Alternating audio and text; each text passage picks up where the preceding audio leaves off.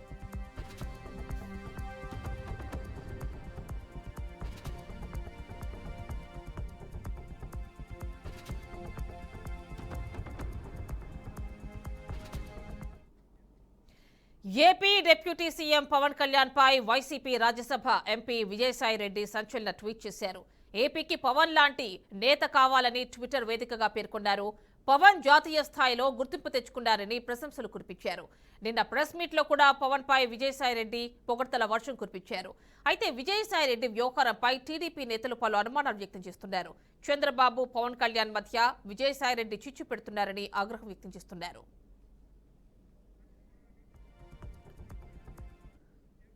ఇక విజయసాయి రెడ్డి ట్వీట్ కి సంబంధించి మరిన్ని డీటెయిల్స్ మా కరెస్పాండెంట్ మధు విజయవాడ నుంచి అందిస్తారు మధు చెప్పండి విజయసాయి రెడ్డి ట్వీట్ ని ఏ విధంగా అర్థం చేసుకోవచ్చు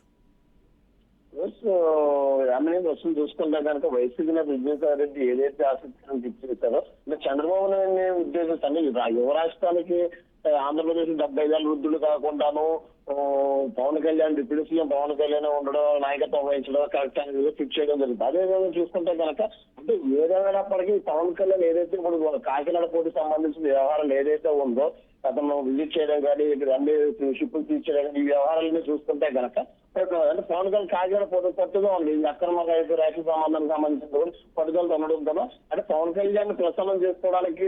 విజయసాయి రెడ్డి ఇలాంటి ట్రిప్ చేశారా అనేది కూడా కొంతమంది రాజకీయ విశ్లేషకులు కూడా చెప్తున్న పరిస్థితి అయితే కనుక చూసుకుంటే కనుక విజయసాయి రెడ్డి ట్రిప్ చూసుకుంటే కనుక యువరాష్ట్రమైన ఆంధ్రప్రదేశ్ 75 వృద్ధులు నాయకత్వం వహించలేరని నేషనల్